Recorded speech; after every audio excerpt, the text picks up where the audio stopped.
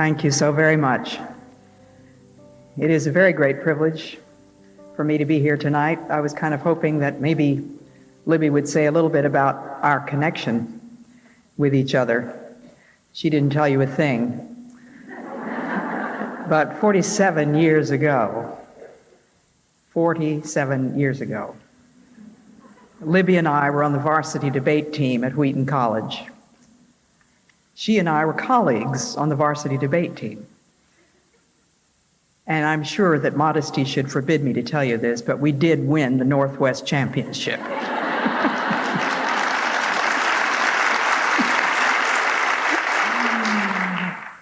Never could I have imagined back then that 47 years later, I would be introduced by Libby. I've only seen her once, I think, since we graduated in 1948. So it is a very special pleasure, not only to see her, but also all her sisters. It's a very distinguished family from a very famous father. I can remember his speaking in chapel, I think, every year that I was a student at Wheaton. And we all knew about that book, Bobbed Hair, Bossy Wives, and Women Preachers. That's right. He wrote a book with that title, and his daughters were all exemplary with their long hair at Wheaton. I see some things have changed with some of them.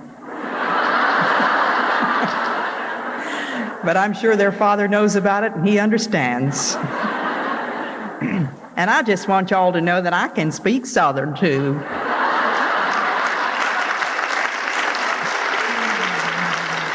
I have a sister-in-law from Charlotte, and I have another one from Birmingham, Alabama, and I'm married to a man who spent a lot of time in Mississippi and Georgia.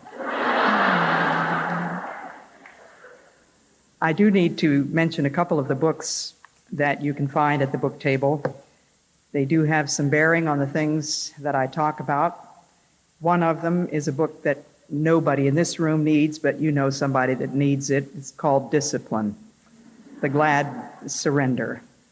And we will be talking about obedience. This book deals with bringing our time, our work, our possessions, our bodies, our minds, and our emotions under the lordship of Jesus Christ. And then a book which deals with a subject that I believe is common to all of us because we are human. It's called The Path of Loneliness. Now, some people have said to me, I don't need that book, I'm not lonely. But you know what St. Augustine said? O God, thou hast made us for thyself, and our hearts are restless until we rest in thee. Human condition is loneliness, and Christ is the only answer to that. This is not a book on how to get rid of it, but a book on how to see it transformed through the power of Christ for the good of others. As I sat here and watched this drama this evening, I thought perhaps it would be interesting to some of you to know that it was a few years after the death of the men that I was sitting one day in a little thatched roofed house with Gikita, the oldest man in the Auca tribe, who was then about 42 years old. And he was the one who had thrown the first spear. And he told me on a tape recorder everything that had happened on that afternoon of January the 8th, 1956, with very vivid descriptions, onomatopoetic words. He went into very vivid detail as to exactly what happened that afternoon. And then when he had finished his story, he turned and looked at the picture of my husband, Jim Elliott, that was sitting on top of a stack of boxes that I used for a bookcase. And he said, so that's your husband, Jim, is it? And I said, yes. And he said, well, he's smiling at us, isn't he? And I said, yes. He said, well, if we'd known him the way we know you, he'd be sitting here smiling with us today, but we didn't know. We thought he was going to eat us. So that was the motivation, not bloodthirst, not hatred, but fear, simply fear.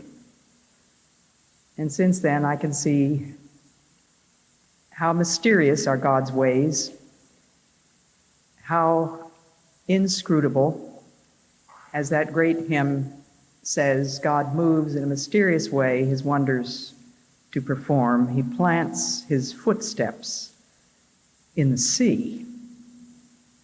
Ever seen any footsteps in the sea? And rides upon the storm. Another verse of that hymn says, blind unbelief is sure to err and scan his work in vain. God is his own interpreter, and he will make it plain.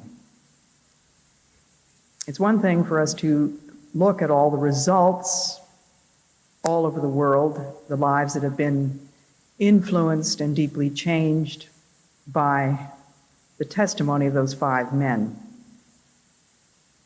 But to me, that is not nearly an adequate answer, not even a particle of all that God had in his purposes. And of course, the fact is, it's none of our business what God is up to. He's constantly saying to you and me, will you trust me? Will you love me? Will you praise me?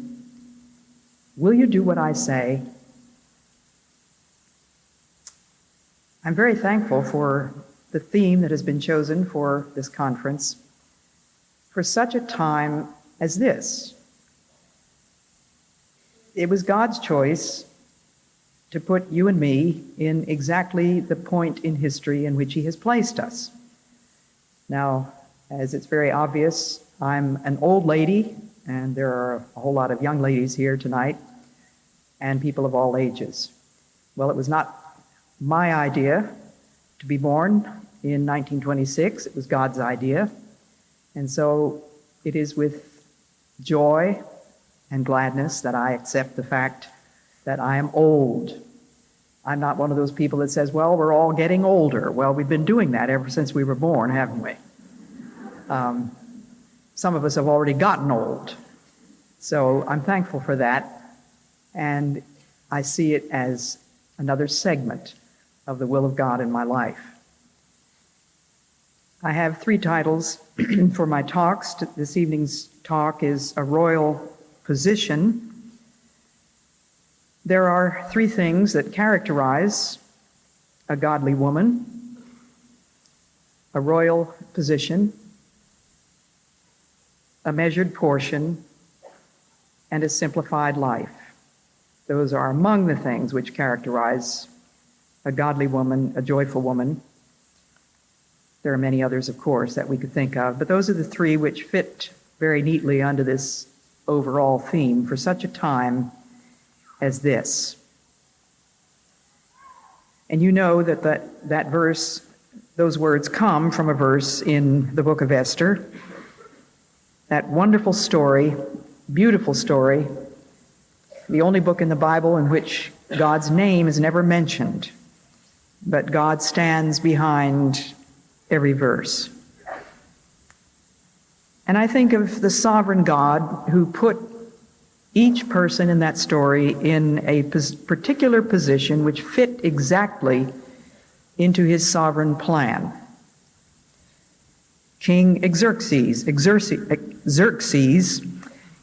was the ruler of 127 provinces from India to the Upper Nile region, quite a stretch. So there's the who.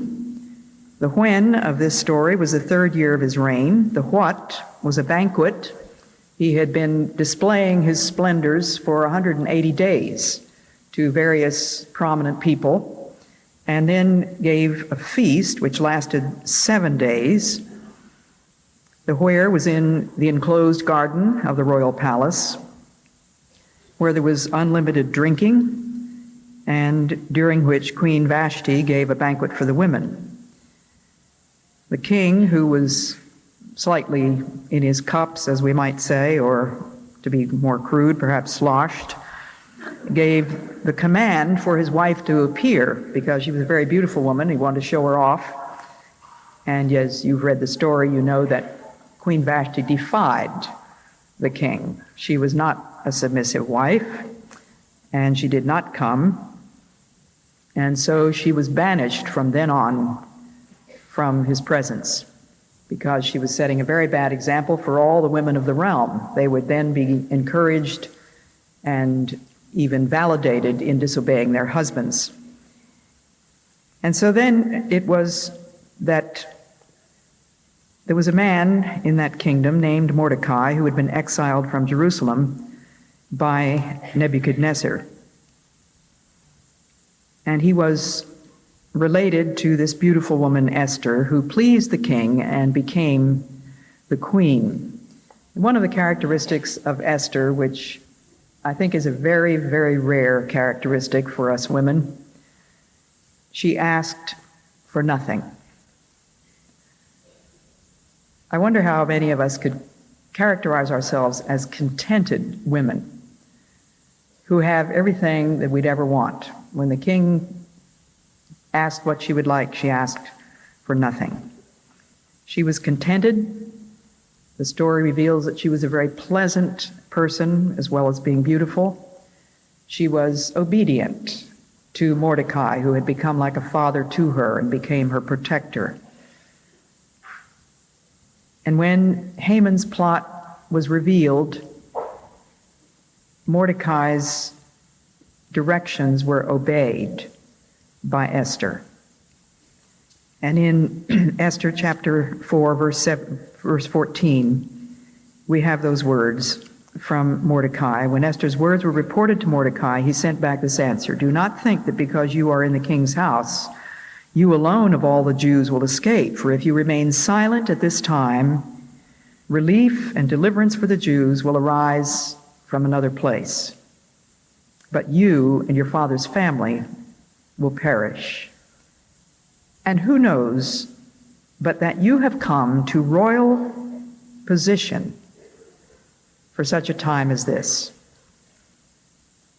Mordecai's faith envisioned that possibility, that she had come to royal position for such a time as this, to save her people. He couldn't be sure. He said, "Who knows?" But that was a possibility, and it was the shred of hope that they hung on to.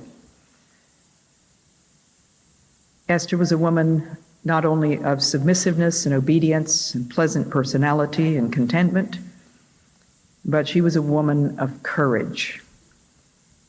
And Esther sent this reply to Mordecai: "Go, gather together all the Jews who are in Susa and fast for me. Do not eat or drink for 3 days, night or day. I and my maids will fast as you do. When this is done, I will go to the king, even though it is against the law. And if I perish, I perish." That, of course, was the attitude of the 5 men whose story you've just seen dramatized.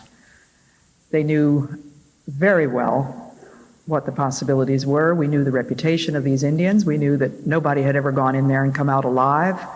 Lots of people had gone in looking for oil and rubber and gold. But it was as simple as Nate's statement that Christ had commanded that we go into all the world and preach the gospel. And we knew the history of Christian missions. I was raised on missionary books and missionary slides and missionary lectures and missionary guests in our home. My parents were missionaries. We read endless missionary stories. So there was nothing unusual or singular about a missionary's losing his life in the service of the Lord. These men were expendable. And although it's very unlikely that God is going to call you or me to do anything very heroic, each of us has come to the kingdom for such a time as this. It was not our choice that put us on this earth at the moment when we were born. That was the sovereignty of God. And the position in which God has put each one of us is exactly designed, precisely arranged for the accomplishment of his high and holy purposes. And that means the circumstances in which we find ourselves, just as it was for Esther and Mordecai and Haman and Xerxes and all the rest of them. Think of the people involved in this story of Esther, the timing, the events, and the location. Now, who is in charge of the people and the timing and the events and the location of your life? The very same Lord. That sovereign Lord who's got the whole world where? In his hands. He's got you and me, sister and brother, in his hands. And he's got the timing and the people and the location and the events in his hands. I have a tiny little slip of paper pasted up over my typewriter that says, events are his bright servants. And the older I get, the more clearly that is revealed to me. Everything that happens fits into a pattern for good to them that love God. Now, that's not Elisabeth Elliot talking. That's the Apostle Paul in the book of Romans 8:28. All things work together for good. Another translation says, everything that happens fits into a pattern for good to them that love God. And I want to encourage you tonight to look at your own circumstances. And I'm going to use a Latin phrase. It's not going to hurt you to learn a Latin phrase if you don't already know it. In conspectu Dei. I just came across this a couple of years ago in a book, and I've just been thinking of it and trying to think in those terms. It means in the view of God, in the presence of God, in the way God looks at things. In conspectu, and it's spelled exactly the way it sounds. The last letter is U. Dei means God, in the view of God, D-E-I. And the reason that I give you the Latin phrase is just because it's concise. And it sticks in your mind, I think. It really does. In the view of God, in the perspective of God,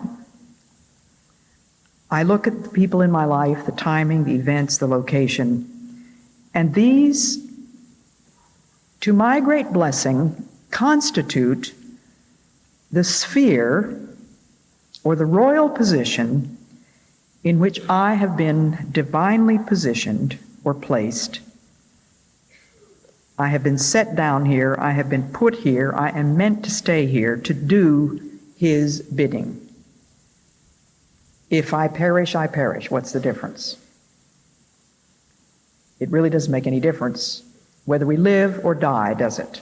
As far as God is concerned. So long as, and this is a tremendous difference, we live or die in his will. A young woman came to me and told me that she believed that God was calling her to the mission field, but she had a major barrier. She said her parents were not Christians, and they were absolutely and categorically opposed to her going to the foreign mission field. It scared them to death. They thought she was out of her tree. They did everything they could to dissuade her from this foolish decision. And one of their greatest arguments, which they felt was probably the most convincing, was, what if you die over there? And she astonished them by saying, well, I will die. Well, that wasn't much comfort. They said, what do you mean? Well, she said, I'm going to die someplace, sometime. What's the difference whether I die there or here, except the difference that it makes to me and to God? And the only difference it makes to me, whether I die here or there, is whether it's in the will of God. And I believe it's the will of God for me to go to the mission field. And so if I die there, fine. If God doesn't want me to die there, that's his business. But can you look at your own circumstances in conspectu Dei? In the view of God, in his perspective, in his presence. Maybe that's the simplest way for you to look at it. Just think of God arranging all of this, and you as an individual standing there in the place where he has put you, this royal position,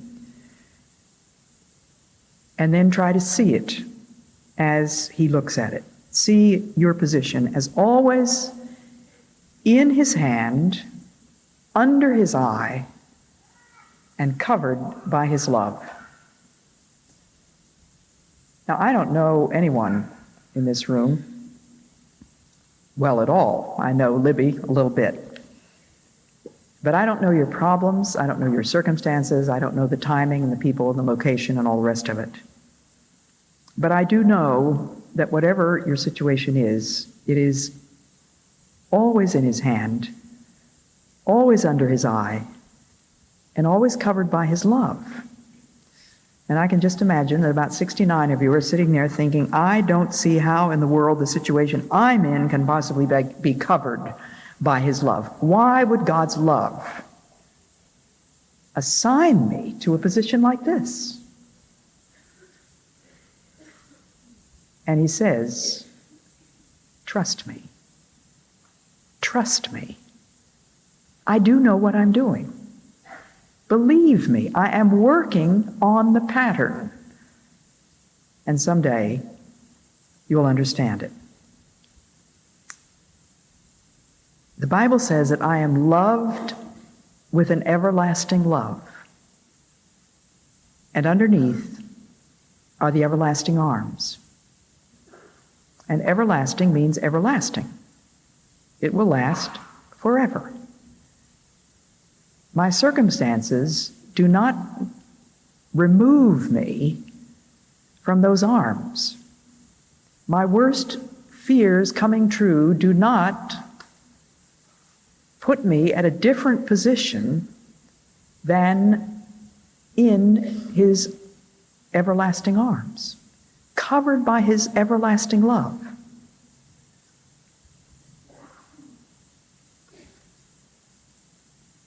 So, my circumstances are precisely designed to enable me to do the will of God. And I want to encourage you by saying that it is always possible to do the will of God. It is always possible to do the will of God. No human being, no devil, nothing in earth or heaven or hell can prevent you from doing the will of God except your own will. If you will to do his will, you can do it, because he will help you. One of the verses of my life is Isaiah 50, verse 7. The Lord God will help me. Therefore shall I not be confounded. Therefore have I set my face like a flint, and I know that I shall not be ashamed. He will help you. It's always possible to do the will of God. No one is ever prevented from doing the will of God because of health or circumstances or a miserable husband or an impossible boss or lack of gifts. God gives us exactly the gifts which are designed to accomplish his purposes. It's only my will. Esther aligned her will with the will of Mordecai, for one thing, because she was under his authority, and with the will of God. And it made no difference to her personally whether she perished or didn't. It made great difference as far as her feelings go. She wanted to save her people, but she was willing to put her life on the line. So it's not going to be heroics that God gives us. It's the willingness to put our lives at his disposal, to be expendable for God, to be broken bread and poured out wine. Now, how can I do this? Let's think about Christ in me. I see that there are a number of people with notebooks and pens busily going, so let me help you with your outline here. Point 1 was circumstances, and point 2 is Christ within me, Christ around me, Christ behind me, Christ before me, Christ in me. In one of George MacDonald's novels, he has a dialogue between two men, and the one man is very troubled and greatly weighed down with care. And his friend says something like this: "The care that is filling your mind today is sapping your strength. It is diverting your energies from doing the one thing that God wants you to do, the one thing required of you." And his friend says, "There is nothing required of me at this moment." And the other man says, "Yes, there is." His friend replies, "Pray, what is that?" "The greatest thing that can be required of any man." "And what is that?" "Trust in the living God." "Oh, but I do trust him in affairs of the Spirit." "Ah," says his friend, "everything is an affair of the Spirit." I remember coming across that. It was like a brilliant light went on in my mind. This was many, many years ago, and I can remember copying it down on a little slip of paper. And one day when my father was expressing some of his worries, I gave him that little slip of paper. My father and my mother both were born worriers. It goes without saying, all of us were born worriers. We came from a long line of champions on both sides. But I saw the grace of God working in the lives of both of my parents, and I certainly trust that the grace of God is at work in me in delivering me from worry and anxiety. And my father took that little slip of paper and he put it in his wallet and he kept it until he died. And he told me that he often took it out and looked at it. Everything is an affair of the Spirit. So every single thing that I am concerned with, everything that I do, everything that touches me, all the events, all the circumstances of my life, the people, the timing, and everything else, it affects me, but in me lives Christ. Christ liveth in me. Paul said, "I am crucified with Christ. Nevertheless, not I, but Christ liveth in me. In the life which I now live in the flesh, I live by the faith of the Son of God, who loved me and gave himself for me." It's not I, but Christ. It's just as though even the Apostle Paul, with that brilliant incandescent intellect, was at a loss to explain this mystery. He doesn't explain it, he simply states it and goes back and forth. "I am crucified, nevertheless I live, yet not I, but Christ liveth in me, and the life which I live by the faith of the Son of God." It is a mystery. And don't please come and ask me afterwards, but how can I understand this Christ in me concept? I don't understand it. But that is my hope of glory, Christ in me, the hope of glory. And so it is the living reality of Jesus that enables me to live for his glory. He resides in me. He lives in me. He rules my life. Now I have to tell you, you're not looking at a woman whose life has been brought totally under the control of Christ. Every day there are new tests. Every day there are new temptations. Every day there are areas which God reveals to me which have to be surrendered. Every day there is a new opportunity for submission to the will of God. And I will be extremely frank with you and say that for me, I don't think a day goes by when I have to struggle with the question about which Elisabeth Rice Hanford wrote a book. Me obey him. Now, how many of you have read Elisabeth Hanford's book? May I see your hands? Wonderful. Now, put up the hands of you that have not read that book, who are married. Okay, you don't have to, oh, thank you. There were a whole lot of hands that went up. How many of you have husbands and you have not read that book? Quite a few. Well, you're probably not nearly as recalcitrant as I am.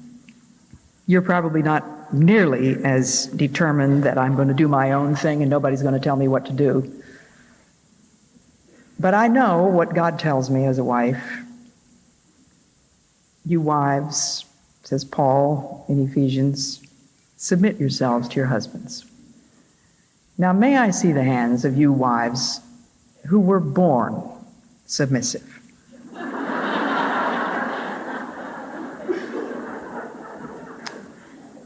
And I'll tell you the truth, when I saw in a magazine years ago that Elisabeth Hanford had written a book called Me, Obey Him, I thought, I know that man she married, not very well, but I knew Wally.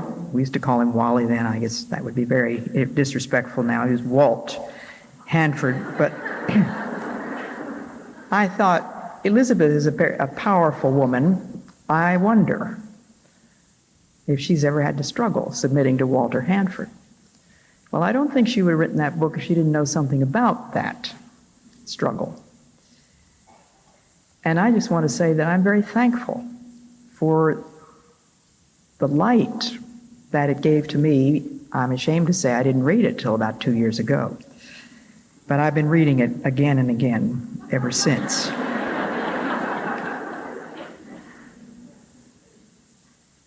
And it's one of the areas of obedience. If Christ is going to be totally revealed in me and in control of my life, I must be obedient.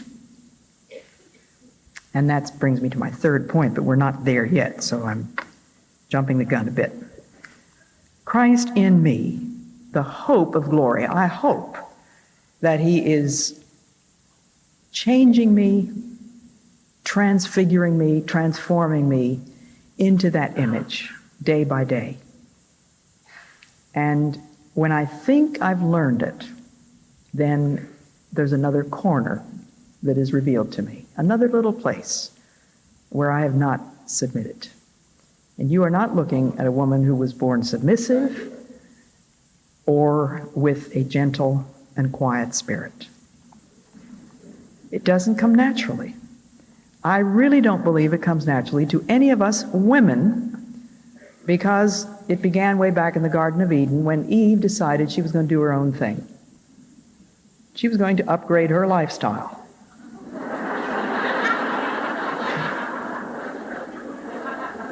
And she was taking the attitude, which is so natural to most of us, nobody is going to tell me what to do.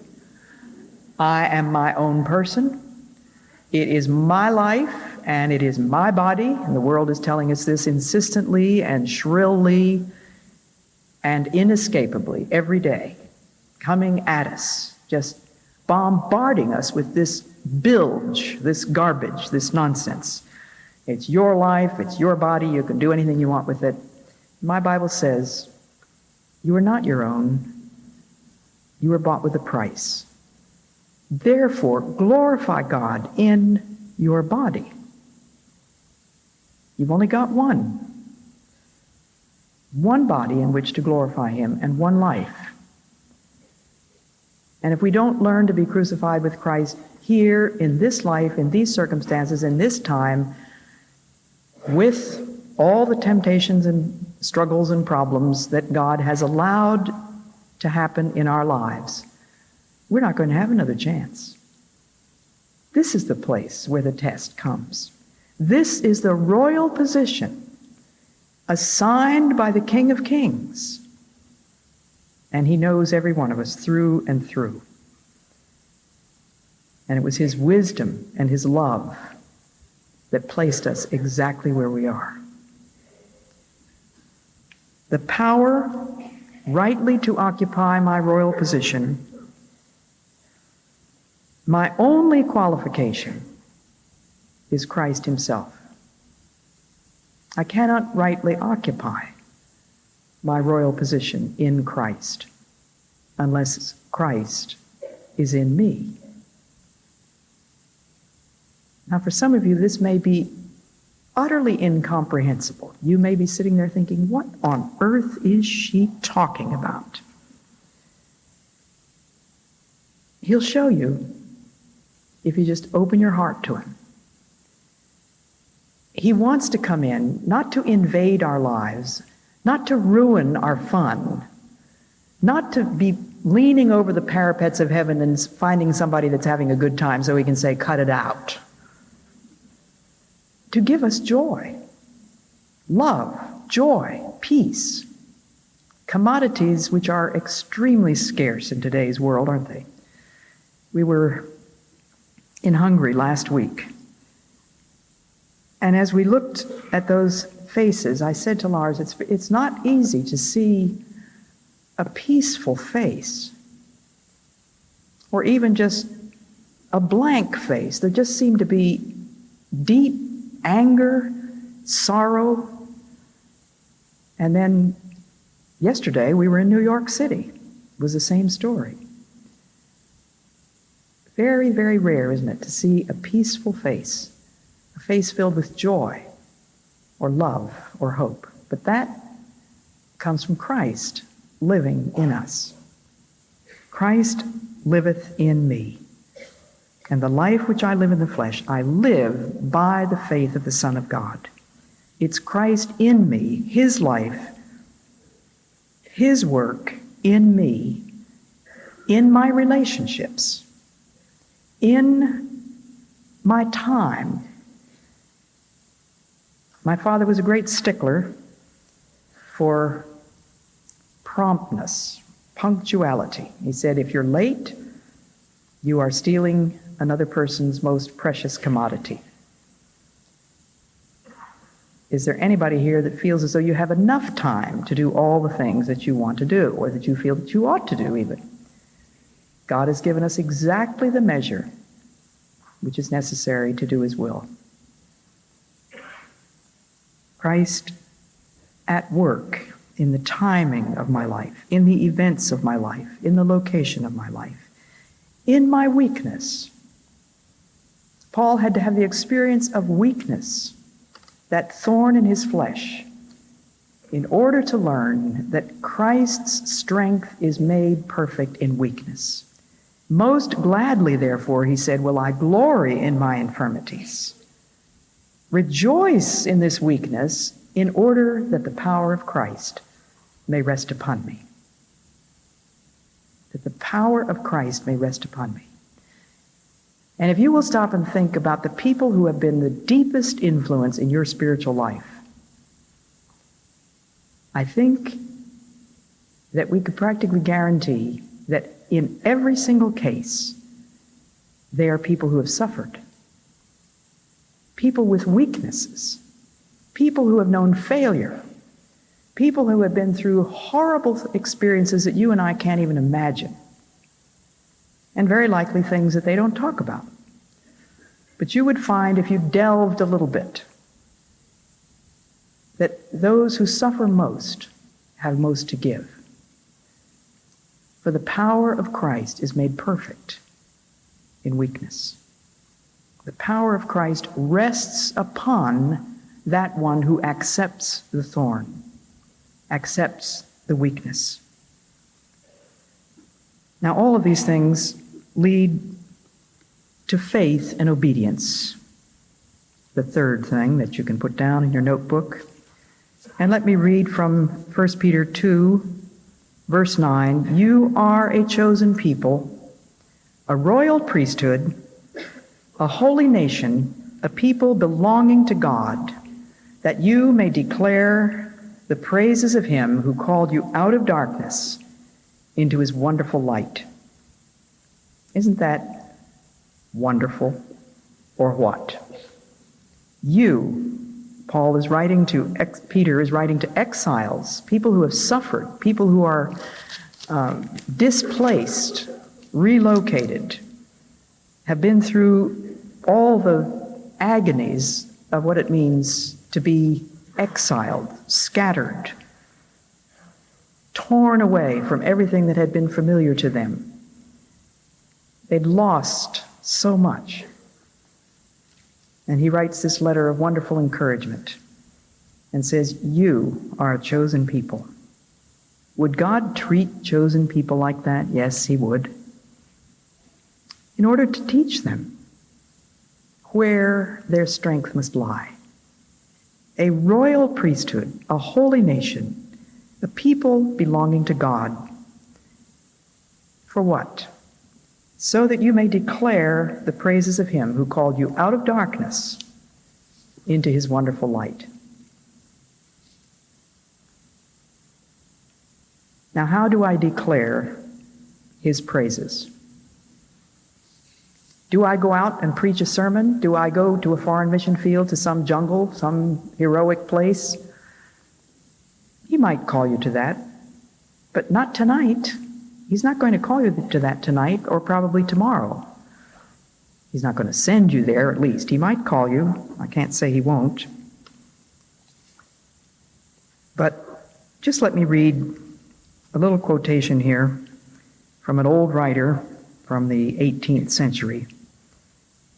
Just a little sample of what it means to declare, let me get those words exactly, declare the praises of him who called you out of darkness. Now, of course, praising him takes many forms. We've been singing praises to him tonight. Prayer is another form. But declaring his praises should be a moment by moment, hour by hour, day by day activity, a habit of ours. What do you do in life? Listen to what this writer says. Set yourself steadfastly to those duties which have the least attractive exterior. It matters not whether God's holy will be fulfilled in great or small matters. Be patient with yourself and your own failings. Never be in a hurry. And do not yield to longings after that which is impossible. And there's a word for us women. I get lots of mail. So much of it is full of unfulfilled longings. And my heart goes out to the writers of those letters, because it's so obvious in so many that they don't know that in acceptance lies peace. In acceptance of God's no to that longing. In receiving with thanksgiving what we do have, rather than complaining about what we don't have. And spending our whole lives wishing away things which God has assigned to us. So I love this. Do not yield to longings after that which is impossible. My dear sister, he says, go on steadily and quietly. If our dear Lord means you to run, he will strengthen your heart. Always begin by doing that which costs the most, unless the easier duty is a pressing one. Examine, classify, and determine at night the work of the morrow. Arrange things in the order of their importance and act accordingly. That's very down-to-earth, very practical advice. But we must learn in the small ways, the hidden ways that nobody else sees, to declare his praise through faith and obedience. We can't see how our circumstances fit into the plan of God. I was just reading some of the mail today as we were flying from Boston to Atlanta. And one of the letters was from a lady who told me a terrible story of her husband's having had his truck demolished by a big semi, and her husband had weeks and weeks in the hospital and many broken bones and all sorts of internal injuries. And she asked me the question that comes in every mail. I don't see how God could possibly have had anything to do with this. How can this fit into a pattern for good? How could this possibly be Romans 8:28? Everything that happens fits into a pattern for good. But what can I tell her? Do you think I can write back and say, I can tell you exactly how it fits? I don't know how it fits. I only know that it fits. And that's what we have to remember. Who's in charge? Who's got the whole world in his hands? Who was working through Esther? Who put her in that royal position? Who gave her the strength, the grace, the courage to do what Esther had to do at that particular moment in history? The Lord who loves you. The Lord who allowed that to happen to your husband. The Lord who allowed 5 men to be speared to death, 9 children to be fatherless, hundreds of Indians to be without the missionary that had been there before. God moves according to a tremendous, incomprehensible, invisible pattern, which someday you and I will see. Who knows but what you have come to the kingdom for such a time as this? Will you trust him? Will you do what he says? You are a royal priesthood, a holy nation. He is continually with us, behind every event, in the heart of every believer, in the core of collective faith, his church. He is everywhere as power, guidance, union. He is here in this inner life. Christ is with us even unto the end of the world. The spiritual man, the spiritual woman, inhabits a different sphere. We live in a visible world, a tangible world. But everything that happens here is interpreted in terms of an invisible world and an intangible world. We need not know the answers to all our questions. We need simply to trust him. Will you do that tonight? A little message was handed to me. My husband wants to remind you that there is a video of Through Gates of Splendor. It is a documentary showing in color film the story that you saw tonight dramatized. He does have some of those at the book table. If he runs out, he will be happy to mail you one. So it's a video called Through Gates of Splendor, and I want you to understand very clearly, it is not a dramatization. It's a documentary. God bless you.